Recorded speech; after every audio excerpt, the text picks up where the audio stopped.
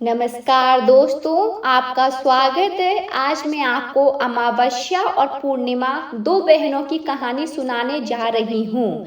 मित्रों, किसी समृद्ध राज्य में राजा धर्मपाल और रानी लीलावती राज्य करते थे। उनके दो पुत्र, जिनके नाम वीरेंद्र और शौर्य था, तथा उनकी दो पुत्रियां थीं।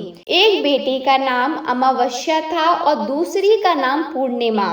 पूर्णिमा, जिसका मुख चंद्रमा जैसा दिव्य था, वह सुबह से संध्या तक मंदिर में भगवान शिव की आराधना करती, गरीबों को भोजन देती, तुलसी को जल चढ़ाती, अपने माता पिता की सेवा करती थी। पूर्णिमा बहुत ही धार्मिक प्रवृत्ति की थी। वह हमेशा पूजा पाठ किया करती, गरीबों की सेवा करती और घर का सारा और सभी प्रकार के काम भी करती थी। लेकिन वहीं दूसरी ओर अमावस्या, जिसे राज्य ठाठ पसंद थे, वह दिन भर श्रृंगार करती, नौकरों पर चिल्लाती, पूजा को व्यर्थ का कर्म कहती। अमावस्या को पूजा पाठ में कोई रुचि नहीं थी। वह ना तो पूजा करती थी और ना ही कोई काम करती थी। लेकिन दोनों बहनें एक दूसरे को बहुत प्यार करती थीं, क्योंकि पूर्णिमा का स्वभाव बहुत ही अच्छा था।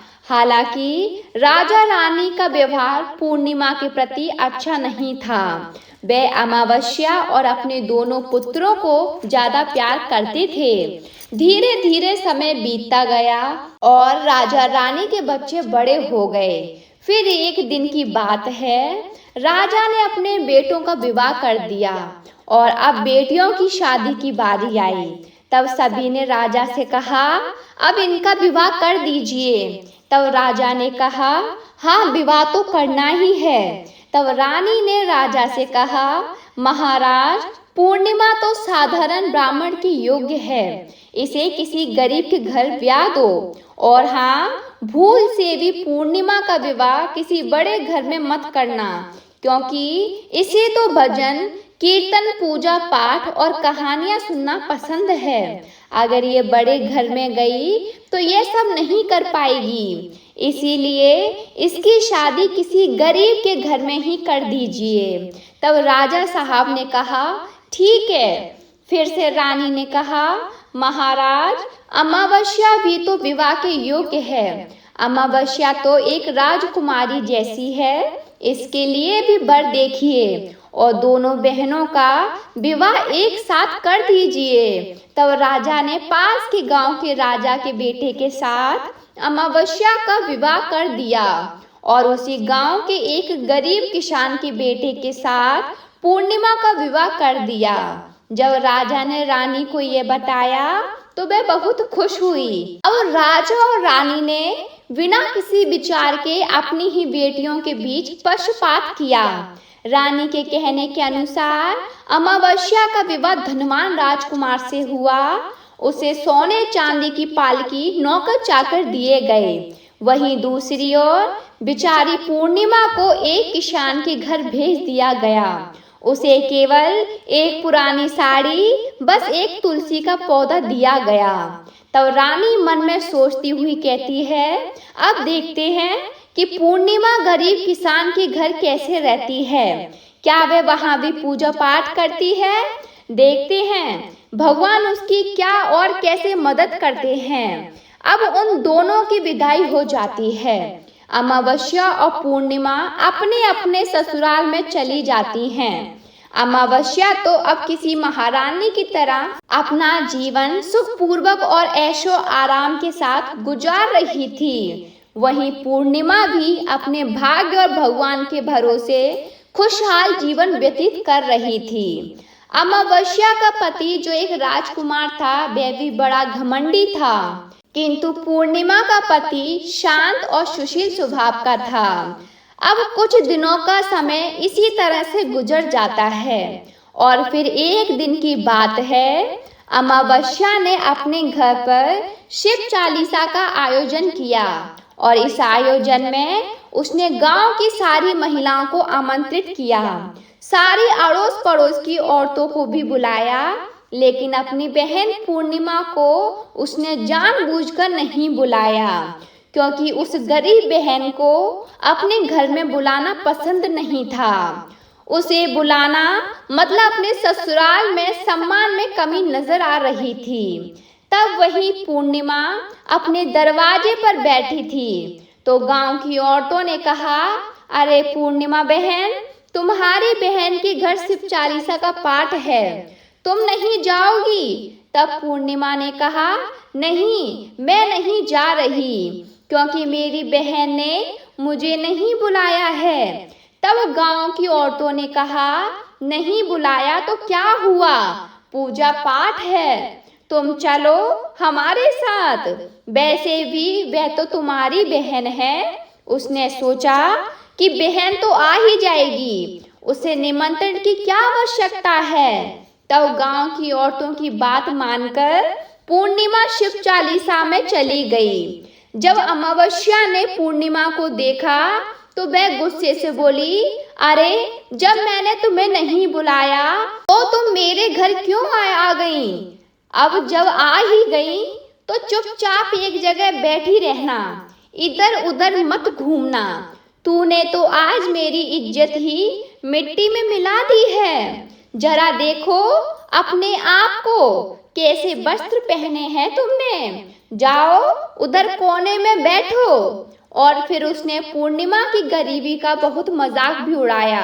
पूर्णिमा की आंखों से आंसू बह निकले और वह भगवान शिव से प्रार्थना करने लगी, हे भगवान, मुझ पर आप कब कृपा करेंगे? आखिर मेरा क्या कसूर है? पूजा पाठ करना, गरीबों की सेवा करना, काम करना, क्या ये गलत है? हे भगवान, अब मुझ पर कृपा करो। थोड़ी ही समय के बाद इस तरह वे भगवान से विनती करती रही। शिव चालीसा पूरी हो गई और अमावस्या ने सबको प्रसाद दिया, लेकिन पूर्णिमा को प्रसाद नहीं दिया। अब निराश मन के साथ पूर्णिमा वहां से बिना प्रसाद के ही वापस अपने घर और चली गई। रास्ते में वह सोचने लगी कि घर पर बच्चे प्रसाद मांगेंगे तो मैं क्या कहूंगी। फिर उसके मन में विचार आया, क्यों ना मैं अपने भाई भाभी से मिलने अपने मायके चली जाऊं। फिर वह चलते चलते अपने मायके की तरफ बढ़ने लगी।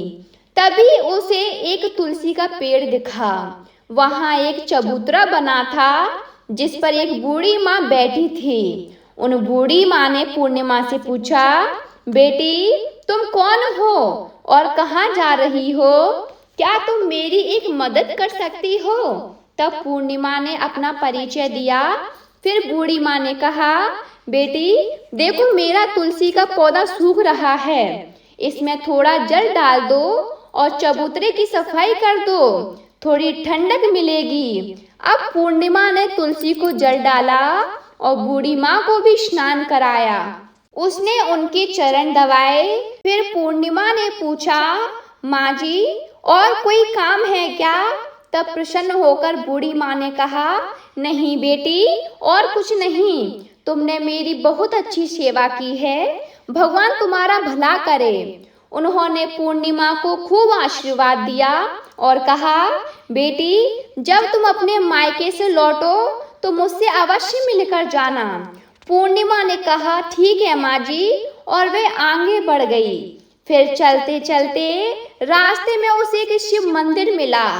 वहां भी एक चबूतरा था जिस पर एक बूढ़े बाबा बैठे थे। वह कोई और नहीं, स्वयं भगवान शिव थे। लेकिन पूर्णिमा ने उन्हें पहचाना नहीं और उन बूढ़े बाबा ने कहा, बेटी तुम कौन हो? कृपया मेरी एक सहायता करो, बड़ा पुण्य मिलेगा। पूर्णिमा ने अपना नाम बताया। तब बाबा ने कहा, बेटी क्या तुम इस मंदिर की सफाई कर दोगी? ये बहुत गंदा हो गया है और मेरे नहाने के लिए 2 बाल्टी पानी भर देना तो तुम्हारा बहुत एहसान होगा। मेरा शरीर थक चुका है, इसीलिए अब मैं कोई भी काम नहीं कर पा रहा। तब पूर्णिमा मंदिर की सफाई की, भगवान शिव की पूजा की और बाबा के लिए पानी भर दिया। फिर वे आगे बढ़ गई। फिर थोड़ा और आगे चलने पर उसे काली माँ का मंदिर मिला। काली माँ भी एक बूढ़ी माँ के रूप में वहां बैठी थी। काली माँ ने कहा, बेटी तुम कौन हो? क्या तुम मेरी एक सहायता कर सकती हो?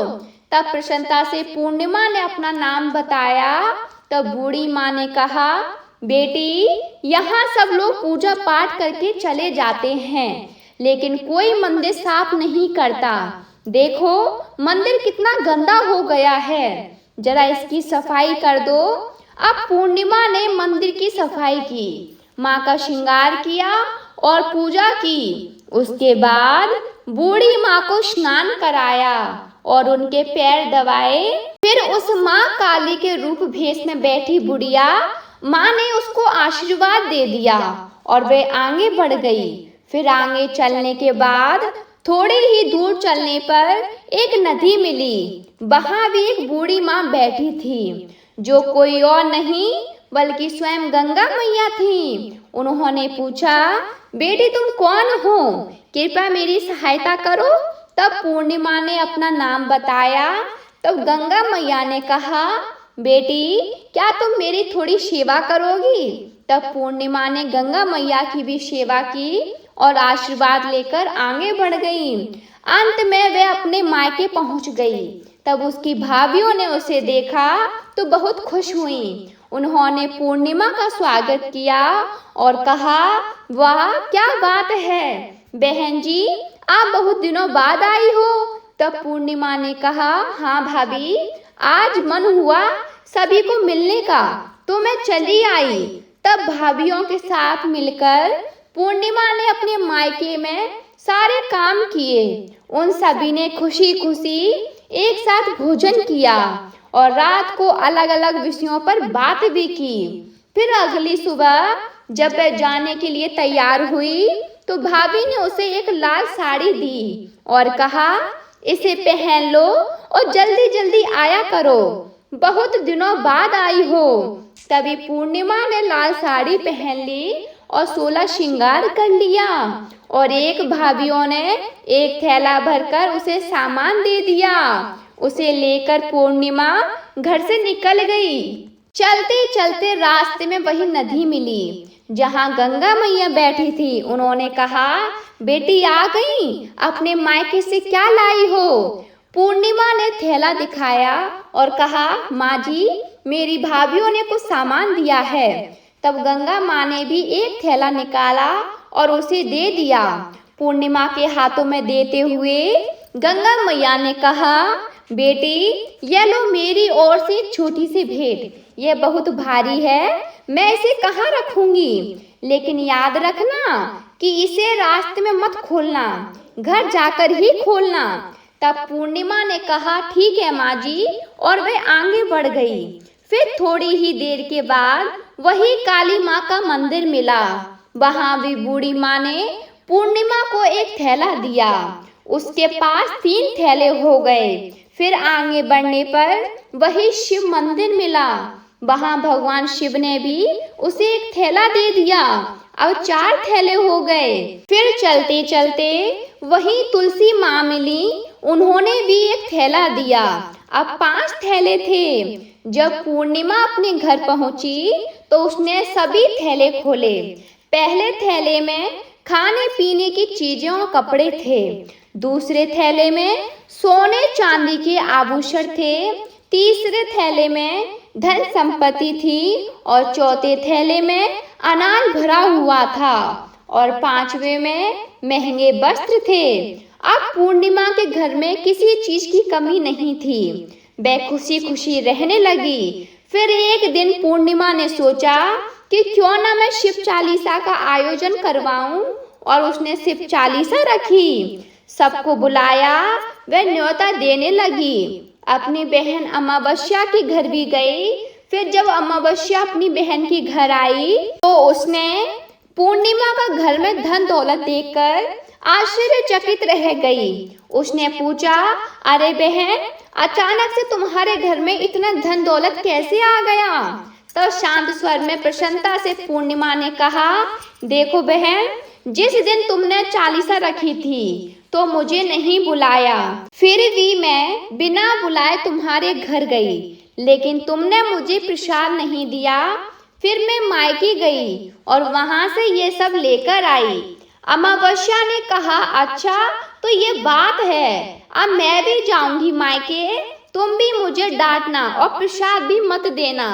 तब पूर्णिमा ने कहा, अरे बहन, ये तो भगवान का प्रसाद है, मैं तो सबको दूंगी। लेकिन अमावस्या ने प्रसाद नहीं लिया और अपने घर जाकर बच्चों से कहकर मायके चली गई। अब चलते चलते रास्ते में वही तुलसी माँ मिली। जब उन्होंने अमावस्या को कहा, बेटी ये चबूतरा साफ कर दो और तुलसी में पानी डाल दो, कृपया मेरी मदद करो। तब क्रोध में आकर अमावस्या ने कहा, ये बुढ़िया, मैंने इतनी महंगी साड़ी पहनकर रखी है, ये गंदी हो जाएगी, मैं कुछ नहीं करूंगी। फिर आगे चलकर भगवान शिव मिले तो उनसे भी उसने ऐसा ही कहा। काली माँ और गंगा मैया से भी उसने यही कहा। उसका अभद्र व्यवहार देखकर सभी देवी देवता रुष्ट हो गए। और जब वह मायके पहुंची तो भाभियों ने उसे देखकर कहा, अरे महारानी, ये कहाँ से आ गई? इसे तो कुछ काम भी नहीं आता, बस आ गई अपना मुंह उठाकर, मुफ्त में भोजन खाने के लिए बिन बुलाए ही आती है, इसे कोई शर्म भी नहीं है। और तभी रात्रि में अमावस्या खाना खाकर सो गई। सुबह होने पर वह बोली, भाभी मैं जा रही हूँ। भाभी ने कहा, ठीक है जाओ महारानी जी। तब अमावस्या ने कहा, भाभी पूर्णिमा को तो आपने थैला दिया, मुझे कुछ नहीं दिया। भाभी ने कहा, तुम्हारे घर थैला पहुँच जाएगा। तब अमावस्या चल दी। रास्ते में गंगा मैया, काली माँ, भगवान शिव और तुलसी माँ सभी ने उसे थैले दिए। लेकिन जब वे घर पहुंची और थैले खोले तो एक में मिट्टी, दूसरे में पत्थर और तीसरे में सांप बिच्छू निकले। अमावस्या ने अपना सिर पीट लिया और कहा, हे भगवान, मुझे मायके में भी कुछ नहीं मिला और यहाँ भी कुछ नहीं मिला। फिर वह दौड़कर पूर्णिमा के पास गई और बोली, तुझे इतना सब कुछ कैसे मिल गया? मुझे कुछ भी नहीं। तब पूर्णिमा ने कहा, मैं मायके जाती हूँ तो भाभियों का काम करती हूँ, तुमने तो कभी भाभियों की मदद नहीं की। तुमने गंगा मैया, शिवजी, काली माँ और तुलसी माँ सभी को ठुकरा दिया, इसीलिए भगवान ने तुम्हें कुछ नहीं दिया और उनका अपमान किया। तब अमावस्या ने कहा, बहन मुझे माफ कर दो, मैंने सदा ही तुम पर अत्याचार किया, अब मैं भी भक्ति करूंगी। तब पूर्णिमा ने कहा, बहन 3 सूत्र याद रखना, सदैव दूसरों पर दया करना, हमेशा और प्रतिदिन चालीसा पढ़ना। तीसरी बात, 108 बार ओम नमः शिवाय का जाप करना।